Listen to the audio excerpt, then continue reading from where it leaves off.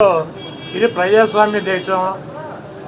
ఎవరిని టార్గెట్ చేసుకున్నప్పుడు నేను పోయినంత మాత్రాన నన్ను టార్గెట్ చేస్తే వైఎస్ఆర్ కాంగ్రెస్ పార్టీ ఏం ఆగదు.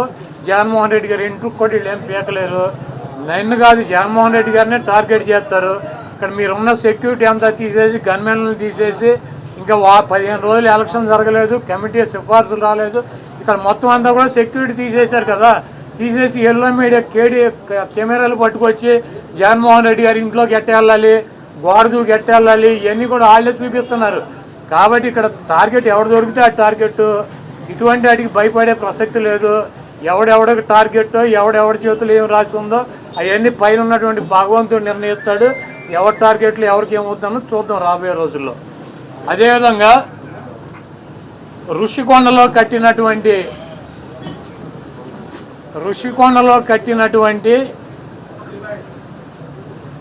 పర్యాటక కేంద్రంలో కట్టినటువంటి భవనాలనే ఈ సిగ్గు ఎగ్గు లేనటువంటి తెలుగుదేశం పార్టీ, ఈ సిగ్గు ఎగ్గు లేనటువంటి ఎల్లో మీడియా అది జగన్మోహన్ రెడ్డి గారి నివాసం అని చెప్పి చూపిస్తున్నారు 3 రోజుల నుంచి. వెళ్ళి జగన్మోహన్ రెడ్డి గారు అక్కడ నివాసం ఉన్నాడా? జగన్మోహన్ రెడ్డి గారు 2014 నుంచి 19 దాకా ప్రతిపక్ష నాయకుడిగా ఉన్నాడు. ఆయన కార్యాలయం లోటస్ పాండ్, ఇల్లు లోటస్ పాండ్. ఆయన లోటస్ పాండ్ హైదరాబాద్ నుంచే ప్రతిపక్ష నాయకుడికి ఉన్న 5 సంవత్సరాలు నడిపాడు. ముఖ్యమంత్రి అయిన తర్వాత 5 సంవత్సరాలు ఈ తాడేపల్లిలో ఉన్నటువంటి ఇల్లు క్యాంప్ ఆఫీస్ ఇక్కడి నుంచే నడిపాడు. ఆయన కార్యాలయాన్ని కానీ ఇంటిని కానీ. జగన్మోహన్ రెడ్డి గారి రక్తంలో లేదు. ప్రభుత్వం కట్టించినటువంటి ఇళ్లలో ఉండటం కానీ, ప్రభుత్వం కట్టించినటువంటి గెస్ట్ హౌస్లో ఉండేటువంటి కర్మ జగన్మోహన్ రెడ్డి గారికి పట్టల. జగన్మోహన్ రెడ్డి గారు వైజాగ్లో సొంత ఇల్లు కట్టుకున్నాక అక్కడ షిఫ్ట్ అవుతాడు. అంతేగాని టూరిజం ప్లేస్లో కట్టినటువంటి ఆ హౌస్లో జగన్మోహన్ రెడ్డి గారు వెళ్తాడని చెప్పి ఎవడు చెప్పాడు వీళ్ళకి, వెధవులకే? అది జగన్మోహన్ రెడ్డి గారి కోసం కట్టించుకున్నటువంటి ఇల్లు అని చెప్పి రకరకాలైనటువంటి కథనాలు రాస్తున్నారు. అది ఒక అంతర్జాతీయ రాజధానిగా తీర్చిదిద్దాలన్నదే వైఎస్ఆర్ కాంగ్రెస్ పార్టీ లక్ష్యం. దాన్ని రాజధాని చేయాలన్నదే ఆ రోజు నిర్ణయించుకున్నాం. కాబట్టి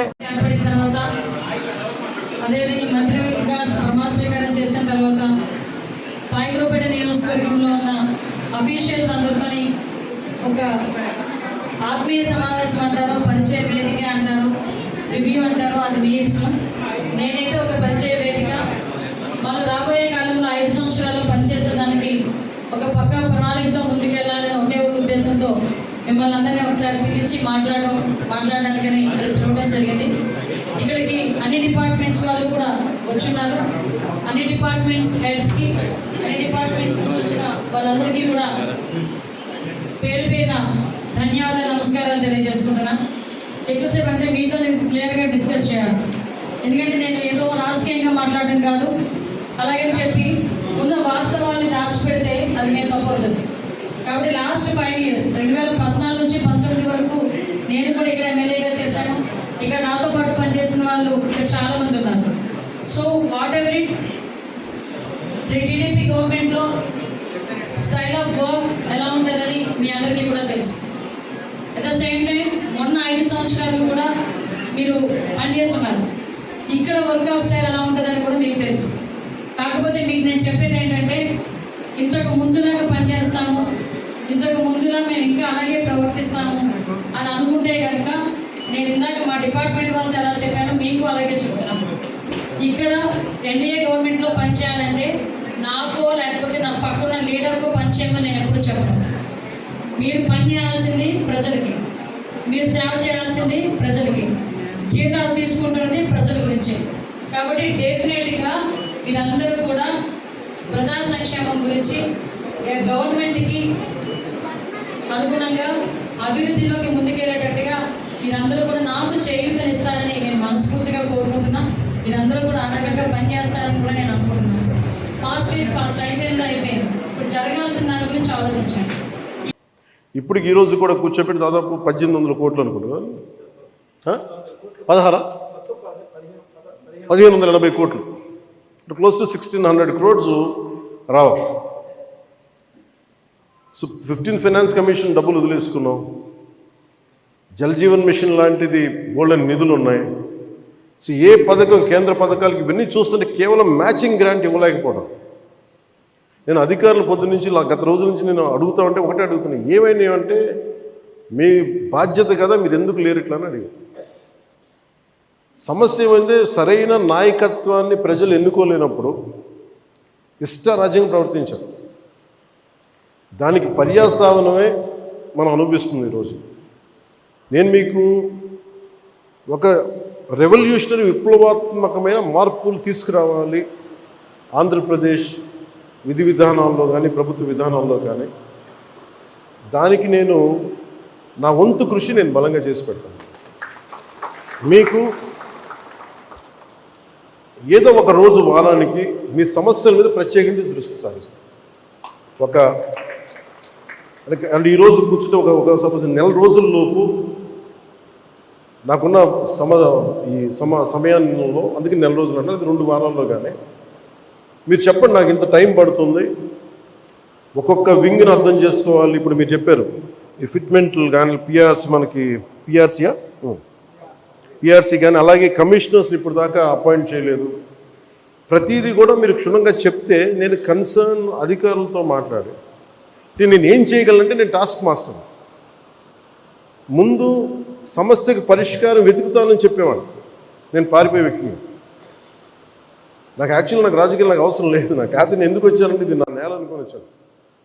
ఇది ఎవరో మీ తరపున నిలబడి మాట్లాడటానికి ఇన్ని కోట్ల మందికి నిలబడాలి, నా వంతు కృషి చేయడానికి వచ్చాను.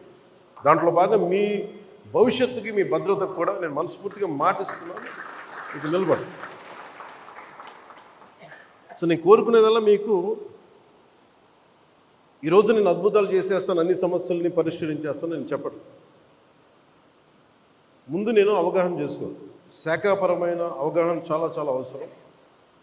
అలాగే దీంట్లో ఎంతమంది ఉద్యోగులు ఉన్నారు, ఏ స్థాయి ఉద్యోగులు ఉన్నారు, ఏమేమి చేయాలి, వీళ్ళందరికీ ఏ సమస్యలు ఉన్నాయి, ఇది ఒకటి. మీరు 2 రకాలు స్టడీ చేయాలి.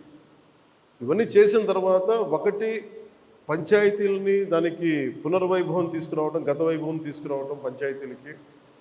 అలాగే పంచాయతీరాజ్ వ్యవస్థ నా కోరిక ఒకటే, ఈ 5 ఏళ్ల కాలంలో ఆంధ్రప్రదేశ్లో ఉన్నంత బలమైన పంచాయతీ వ్యవస్థ మనకి భారతదేశంలోనే లేదని అలాంటి సర్టిఫికేట్ తెప్పించుకోవాలని నా కోరిక. అందుకని బలమైన ఆలోచన విధానంతో ఉన్నాను. కాకపోతే మీ అందరి సహకారం కూడా కావాలి. కానీ నేను ఒక్కడిని చేసేది కాదు.